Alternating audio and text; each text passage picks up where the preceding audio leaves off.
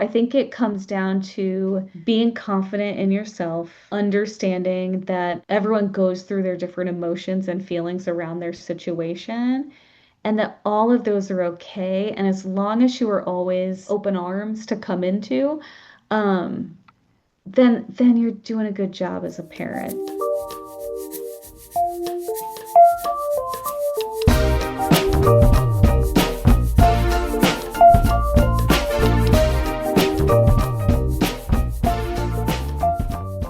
Welcome to the Open Adoption Project. This is episode 123. We are the Nelsons. I'm Sean, and in today's episode, Lynette has a conversation with Allison Olson. We've interviewed Allison in the past. She is both an adoptee and an adoptive parent. And if you want to catch up on the previous conversation that we had with her, go ahead and scroll back to episode 80. We had a great conversation with her before. In this episode particularly, we are talking to Allison about some of the children's books that she has recently created that aim to offer authentic and balanced narratives for adoptees. And I love this conversation with Allison because it focuses on representation of adoption in media, in books and movies and television, that we need to be more sensitive about the adoptees' experience. And I think that this episode will resonate well with those of you who are hoping to create a space for adoptees to be better understood and better represented. So we'll just jump straight to that conversation with Allison and Lynette.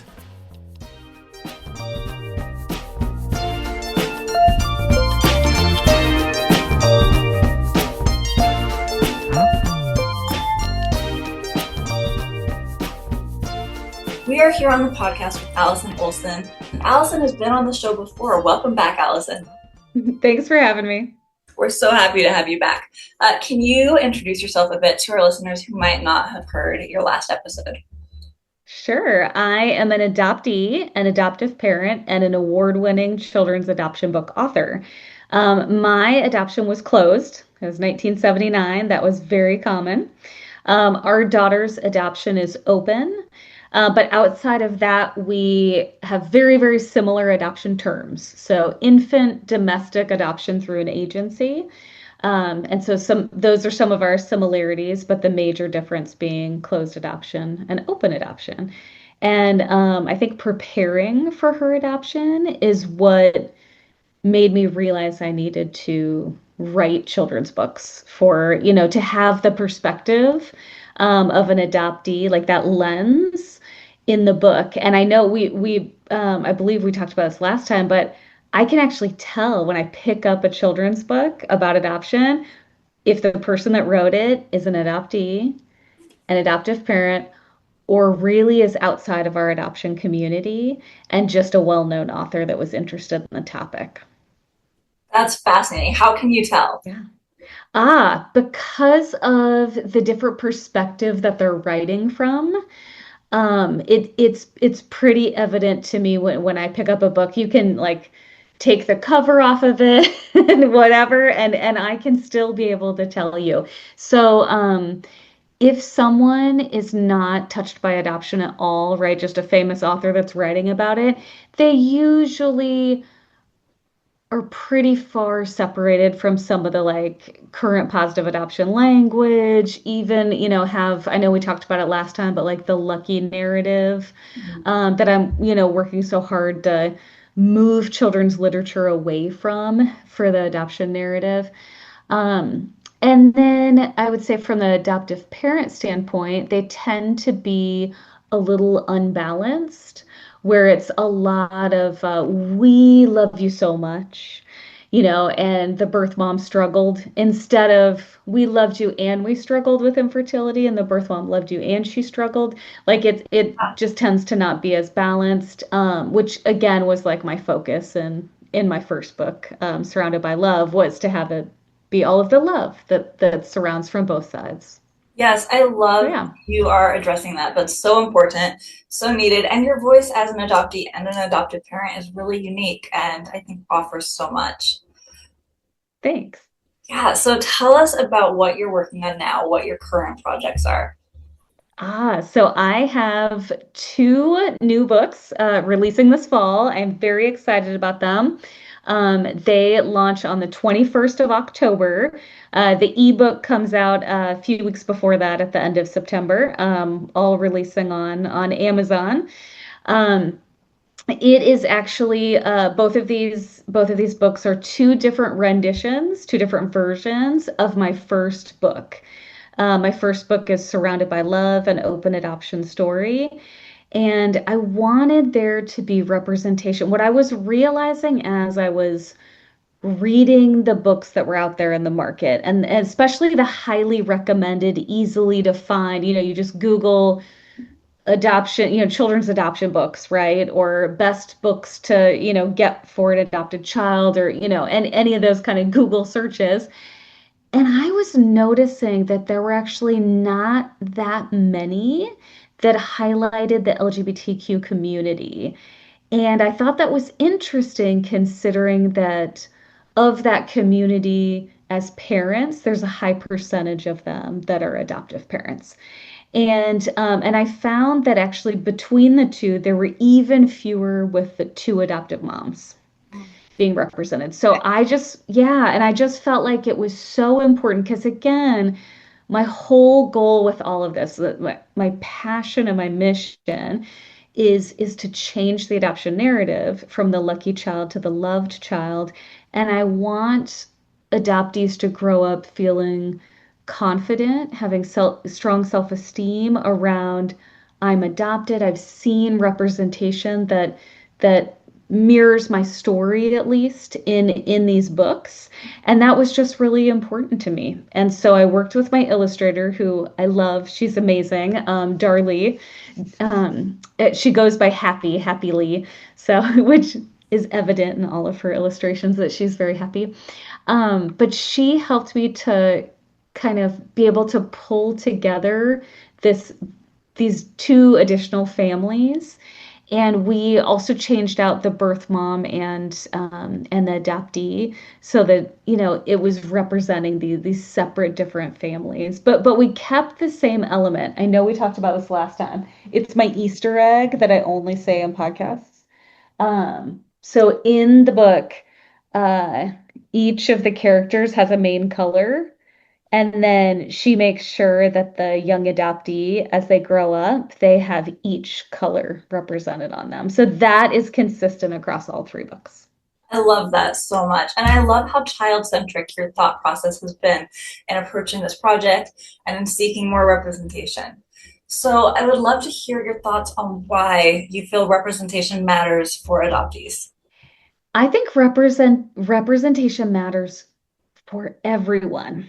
And I've started to notice this. So I remember when I was younger and we had like I don't know if it was a career day or something, but it was in my grade school where we were talking about different careers. And I had asked some different questions, and a teacher spoke to me only about a few careers, and they were the more traditionally female-held careers. But this was in the 80s, and so I was seeing all of the boom of the shoulder pads and the who's the boss, the Cosby Show with these really strong women characters that were in business. And I thought, oh, interesting that she's suggesting these careers, but I see myself like these TV characters doing something different like that. And it's just been shown over and over, like representation and seeing yourself, whether it's like on TV, in books, it validates feelings internally, like I can do that. Having a doctor that looks like you in whatever way that is, right? Looks like you, or you can have a similarity between them. You're like, maybe I could become a doctor. So it's part of that. So with adoption, there's a lot of feeling different. There's a lot of feeling different. And there's a lot of books. And I don't think we talked about this last time, but I have a weird thing. Not all adoptees have this, but I have a weird thing with imagery in books of animals and cross species adopting cross species. I have a hard time with it because we're already like labeled as different. And it's like, oh, let's just highlight that even more in books that like you look different, so you must be different and you must act different than your family. And we already feel that we actually just want belonging and we want recognition and like a pride around our differences, you know? And so my thought was to have that representation. And does it look like every single person in every single adoption situation? No. It's only three different books with these different types of representation. But I tried, you know, and I think that it's important to have something that, you know, if you're growing up with two dads and you have a birth mom, that you have something, you have a book that looks like that. And that you're able to, if a friend doesn't fully understand, you're able to like open up this book and say, but look at this book. Like my family's like this family. So that's where the representation is coming in. It's it's like a subconscious feeling of being seen and represented. I really love how you've incorporated your own experiences to offer options and better media for children and adoptees and their families in the future. I think that's really powerful. Thanks. So, for me as an adoptive parent, I feel like finding media that approaches adoption in a sensitive way that also feels balanced, like leaving room for whatever the feelings are, it can be really challenging. And so I'm wondering, with your added perspective as an adoptee, what do you look for in children's media and books and movies that what do you yeah basically what do you look for, how do you approach this with your family? Yeah. Well, obviously it differs by age. So when they're really, really young, you want to make sure that and I'm going to focus on books because, you know, when they're at a certain age, they're not even really watching TV yet. Um, so when you're talking about books for infants, babies, toddlers, um, I suggest buying the ebook first. Buy the ebook. It's a lot cheaper. Take a look through it. Make sure that it meets your values. Make sure that it it gives your child a sense of, okay, this represents my situation. I can still feel all of my feelings. I would say also research who wrote it. You Mm-hmm. know, if it was written by an adoptee, that's a really good sign. If you're looking for suggestions, by the way, I have a blog on my website because I read all the books, all of the adoption Love books. it. So if you ever want suggestions, I'm the place to go. My website is ouradoptionbooks.com, and I have a particular blog where I highlight adoptee written children's adoption books. Awesome, And we'll so include that in our show notes. awesome, awesome. And then I have another blog that's just kind of my top picks. I think the last time I updated it, it was like my top 14. I don't try to make it a perfect number. If I like the book, I'll add it. And if it's not on there, feel free to direct message me to find out why. Because you know, I'm doing this as a passion project. It's important to me to get the word out that, you know, for the right angles of where to go. Because you're exactly right. The prospective adoptive parents are like, okay, I want to do what's right by my child. They Google and there's all these lists and there's a lot of them that if you read them, they're a little cringeworthy. And so I would say, you know, save the hardcover purchase money, get yourself the ebook, read it, see if it meets your criteria, you know, kind of do some behind the scenes, maybe find an adoptee. So like, how does this sound? But definitely if it's adoptee written, it's gonna have the right kind of flavor that should sit better with your child. But that's when they're really young. And then they get a bit older, and then they're watching movies, TV.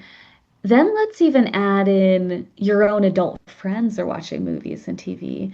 Then let's extend to your kids' teachers are librarians. Um, this is where it's really tough. Uh, Obviously, the Instagram social media, like, the people that pretend to be perfect parents that are the influencers of like, this is what you got to do. I'll give you that kind of advice and I'll give you the real advice. So that kind of advice is like, if you can watch the movie first, then you know what to anticipate and you know what to like address or not address, or like if this, movie meets your criteria or not. And then reality advice is, I don't know any parent that has time to watch every movie or show before their child does. You also never know when it's going to pop up. Um, and it may even pop up and not be an issue with your child. Or something smaller could pop up and be a huge issue.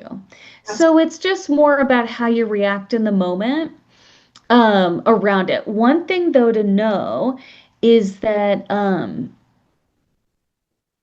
it has we have been misrepresented a lot in movies and TV.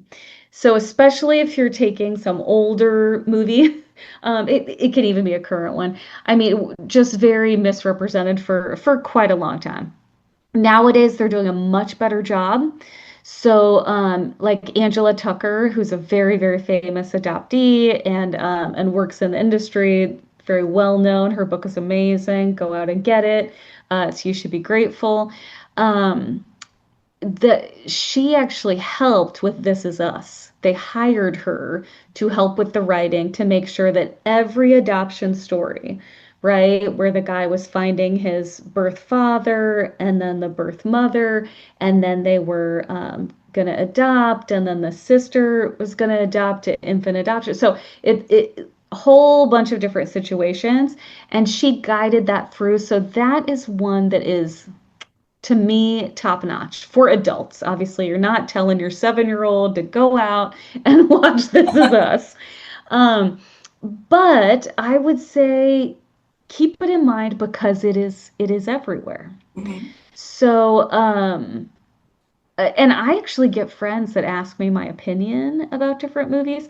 So it was interesting. My one friend asked me, "What do you think about Little Orphan Annie? Like the musical that became a movie in the 80s. What do you think about that one?" And I said, "Ooh, nobody's asked me about that one." And I said, "That's really interesting. I myself thoroughly support it. And here's why. Because Daddy Warbucks, as soon as, he decides, oh, I love Annie, she's amazing, I want to adopt her. Goes in, gets the paperwork all ready, didn't talk to her about it, that's obviously taboo, but then he does. And as soon as she says, no, I have a family, he rips up the paperwork and he's like, I'm going to help find your family. And then he stays with her through the process. He grieves as, he makes his sacrifice as she goes with this, family, and I'm using quotes. And then only to find out it's not the situation. He comes back in and still loves and takes care of her. So to me, that it's lovely. The only thing there that's off is that we no longer have orphanages in America, right? And I have to say that because you'd be shocked at how many people I meet that are unaware of that. I Mhm. was just explaining to a neighbor girl last week that we do not have orphanages any longer in America, and actually most countries do not. It Yeah. is it is very rare that there are orphanages, but there are several countries that still have them. So there's that movie, and then there's other movies since. And the one thing I will say for adult movies, for a very, very long time, we were often the villain. So the Joker, right? And now it's gonna like escape me all the movies, but oftentimes, the Grinch, Mhm. right? The Grinch, what came from an orphanage, and so it it's like this misnomer that because of the situation that happened to us, that then, like that's an acceptable character to become evil. And so that's a piece when talking with adult friends, I make sure that they recognize how that's being represented and what that says. Obviously, my kids are not at the age yet where they're watching those movies, but we have watched like Cruella. Cruella is one where, sorry to spoil it, it's been out for several years, That's so you guys, okay. yes, um, but it's a good one. It's really good. It's got Emma Stone, and basically this young girl, her mom dies in this tragic way, and then only to find out later in the end of the movie that this her nemesis throughout the movie is her birth mom. And it's a lot of different things. It's her realizing that she was not very similar with the mom that raised her, and then she has a lot of traits similar to her birth mom, but then she turns bad like her birth mom. So could have some mixed emotions, and the first couple times we watched it we had lots of discussions after after we watched it. But then there's other ones that you think are going to have a big impact, and then they watch it and it's like not a big deal. um I will tell you, I get emotional over Tarzan. I get emotional in both ways, as a birth, as an adoptive parent and as an adoptee. So when I watch the beginning and she loses her child to the tiger, and then she happens upon the human house where the parents were attacked by the same tiger, finds the baby, isn't necessarily going to like take the baby and take care of it until the tiger starts trying to attack the baby, and then she grabs the baby and takes it to safety. I'm like a bawling mess, like, let's save this baby, make sure it's safe and okay from this tiger. And then there's the adoptee side of me growing up, and he keeps putting mud on his face and he can't do the same things as them, and he looks different and he just wants to see someone that looks like him, and when he first sees a human and puts his hand up to her hand and stuff like that. So there's a lot of that, but that one to me, they're just all of them. I think the bigger thing is be open for all the feelings and emotions, Mm. all of the feelings and emotions.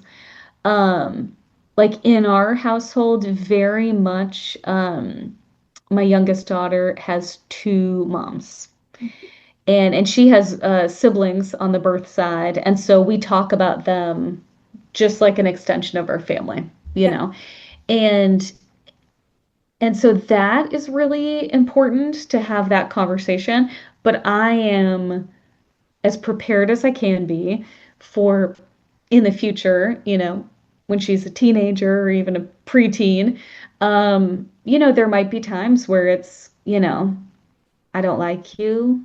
Mhm. I love my other mom.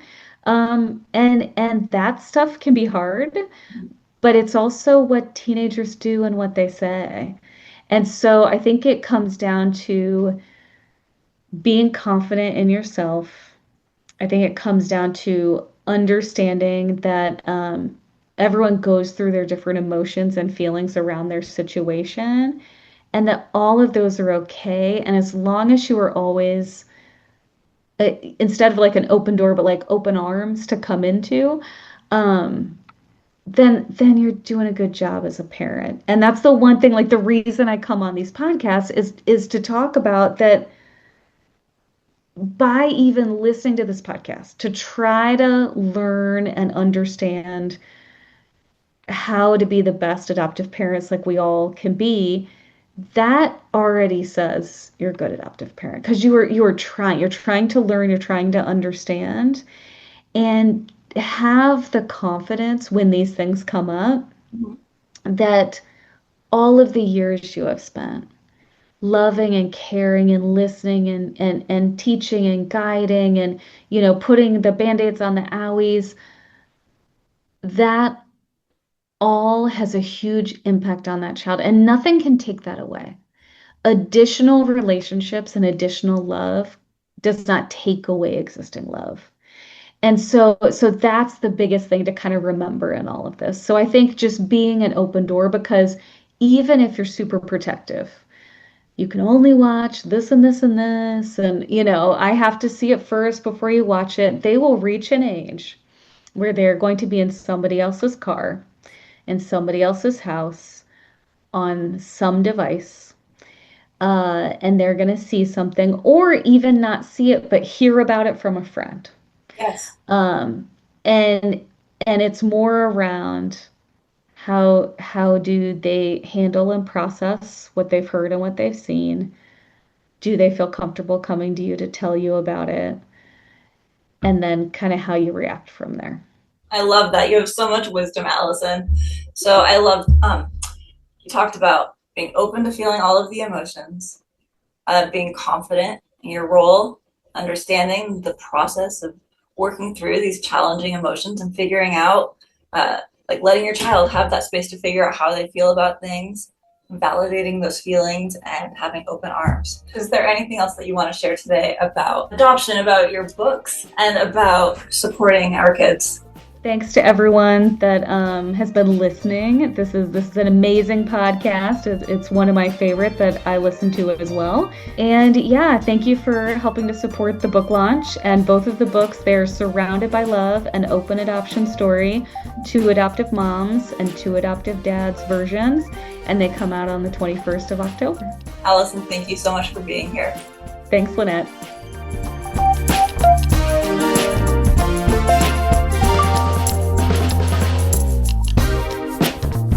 Well, again, we want to give a huge thanks to Allison for all the work that she is doing in the adoption community to help each adoptee feel representation, and are grateful for her efforts in doing so. If you're interested in her books, please check out the show notes to this episode. We have links to her website and also some of the blogs that she mentioned during the conversation with Lynette. Allison, thank you so much again for your efforts. We really appreciate you. To all of you listeners, we have several more episodes coming out over the next several weeks, and are always looking for individuals that we can interview and consider to have on the podcast. So if you have anyone that you would recommend to be on the podcast, please send them our way. They can message us at openadoptionproject@gmail.com or on Instagram at openadoptionproject. Thank you all so much for being listeners, and we are just grateful to be part of this wonderful community. We love that we get to elevate adoptee voices and are grateful that you're a listener of the podcast. Thanks so much, and we'll see you next time.